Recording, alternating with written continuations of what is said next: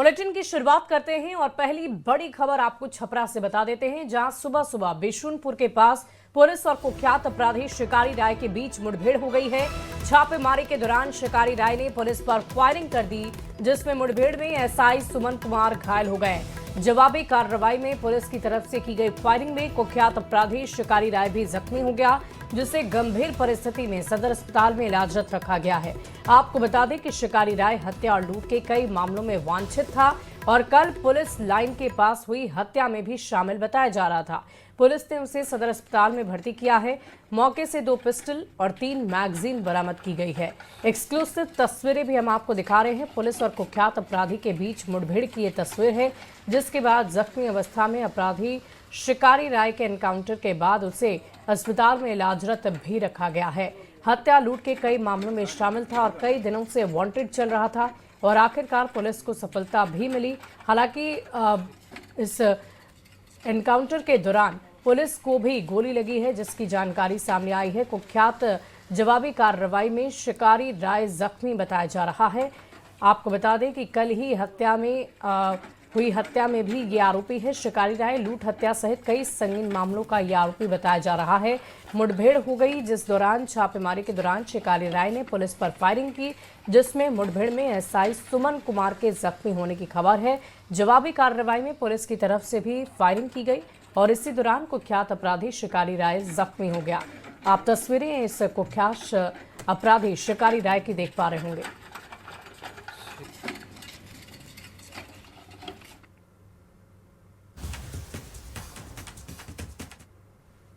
छपरा में कल जिस तरह से अपराधियों ने दुस्साहस का परिचय दिया था, उसके अगले ही दिन पुलिस ने जवाबी कार्रवाई भी की है और अभी जो हमें सूचना मिल रही है कि शिकारी राय नाम के एक अपराधी को गोली मारी गई है पुलिस द्वारा।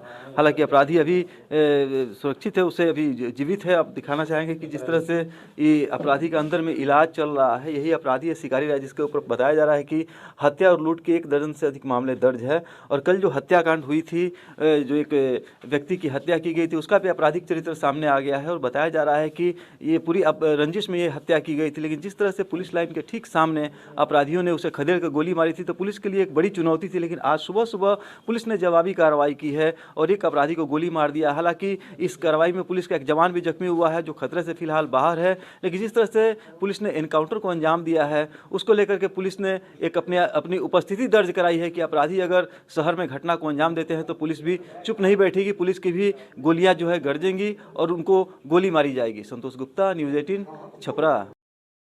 और देखिए इस पूरी खबर के जानकारी के साथ न्यूज़ 18 संवाददाता छपरा से संतोष गुप्ता हमारे साथ फोन लाइन पर है।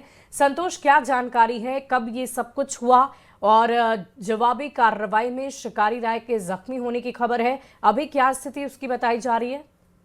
देखिए, इस पूरे घटनाक्रम की शुरुआत कल से ही हो गई थी। जो भीषम राय, जिसकी हत्या कल की गई थी, पुलिस लाइन के ठीक सामने खदेड़ करके गोली मारी गई थी, जिसके विजुअल हमने दिखाए थे। तो एक बड़ी चुनौती पुलिस के सामने थी। हालांकि जब पुलिस ने जांच किया तो ये पता चला कि पहले एक हत्या हुई थी, जिसमें ये लोग शामिल थे। जो कल का मृतक था, उसकी भी एक हत्या के मामले में संलिप्तता थी और उसी कार्रवाई में ये हत्या की गई। पुलिस ने जब जांच आगे बढ़ाई तो इसमें शिकारी राय, जो कि गड़खा के अख्तियारपुर का रहने वाला है, उसका नाम सामने आया। उसकी तलाश करते हुए पुलिस बिशनपुरा के एक बगीचे में पहुंची थी, जहां ये लोग छुपे हुए थे।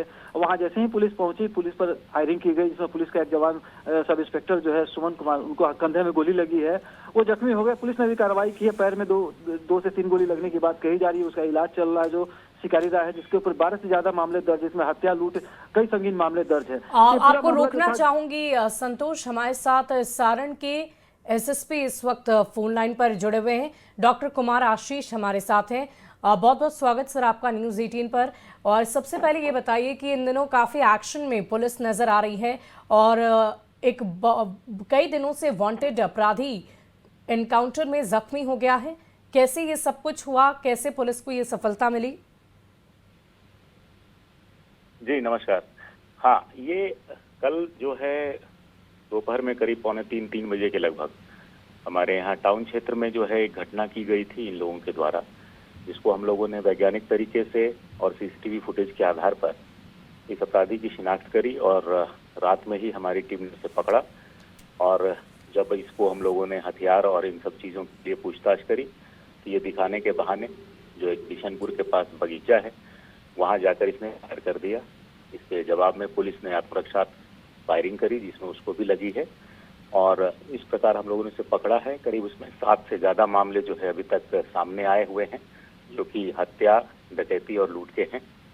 तो एक बड़े अपराधी और उसके गिरोह का हम लोगों ने पता किया है और उस पर कार्रवाई की है। सर, मैं आपसे ये भी जानना चाहूंगी गिरोह की, क्योंकि आपने चर्चा की है, तो क्या कुछ अन्य सदस्यों की भी गिरफ्तारी के लिए पुलिस एक्शन ले रही है?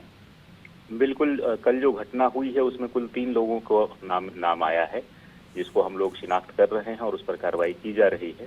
तो इसको जो है हम लोग बहुत जल्दी इसको पकड़ के इसके खिलाफ जो है बढ़िया से वैज्ञानिक तरीके से अनुसंधान कर करके चार्जशीट करके इसको स्पीडी ट्रायल के माध्यम से सजा भी दिलाएंगे। कुमार आशीष जी, एक एसआई भी आपके जख्मी हुए हैं, उनकी क्या स्थिति है अभी, कोई अपडेट? उनके बाएं कंधे पर चोट लगी है, उनको जो है मरहम पट्टी किया गया है और उनकी हालत अभी स्टेबल है। हम लोग और एहतियात बरत रहे हैं और इसमें जो है कार्रवाई की जा रही है। सर, मैं आपसे ये भी जानना चाहूंगी कि क्या पुलिस कर्मियों को कुछ इस तरह से तैयार होकर जाना चाहिए कि अगर उधर से अटैक होता है तो कोई ऐसी तैयारी आप अपनी तरफ से कर सकते हैं कि अपराधी आप पर अटैक ना कर सके? देखिए, ये पुलिस का ऑपरेशन होता है और थोड़ा बहुत खतरा तो रहता है क्योंकि अपराधी है और अपराधी किधर किस दिशा में फायर करेगा, किस तरह से फायर करेगा, ये कहना संभव नहीं होता है जी। बट हाँ, पुलिस ने पूरी तरीके से प्रिकॉशन लिया था और हम लोग इसमें आगे और सतर्क रहने का। चलिए, बहुत बहुत शुक्रिया सर हमारे साथ जुड़ने के लिए। तो देखिए, लगातार पुलिसकर्मी एक्शन मोड में हैं और एक कई दिनों से वांटेड अपराधी को जख्मी कर दिया गया है। आगे की कार्रवाई लगातार जारी है।